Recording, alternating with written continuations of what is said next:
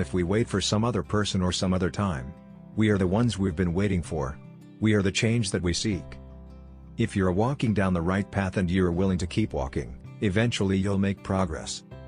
The future rewards those who press on. I don't have time to feel sorry for myself. I don't have time to complain. I'm going to press on.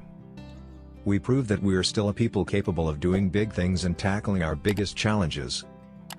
It's important to make sure that we're talking with each other in a way that heals, not in a way that wounds. Nothing can stand in the way of the power of millions of voices calling for change.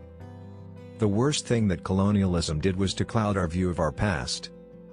I have always believed that hope is that stubborn thing inside us that insists, despite all the evidence to the contrary, that something better awaits us so long as we have the courage to keep reaching, to keep working, to keep fighting. Our stories may be singular, but our destination is shared. But that's not all the law is. The law is also memory. The law also records a long-running conversation, a nation arguing with its conscience. You can't let your failures define you. You have to let your failures teach you. If there is anyone out there who still doubts that America is a place where all things are possible, who still wonders if the dream of our founders is alive in our time, who still questions the power of our democracy, tonight is your answer. My identity might begin with the fact of my race, but it couldn't end there. At least that's what I would choose to believe. A nation that can't control its energy sources can't control its future. Someone once said that every man is trying to live up to his father's expectations or make up for their father's mistakes.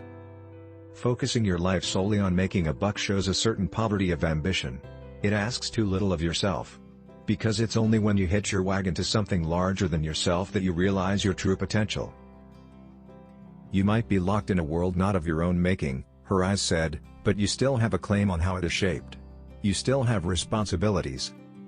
All too rarely do I hear people asking just what it is that we've done to make so many children's hearts so hard, or what collectively we might do to right their moral compass, what values we must live by. Hope, hope in the face of difficulty. Hope in the face of uncertainty.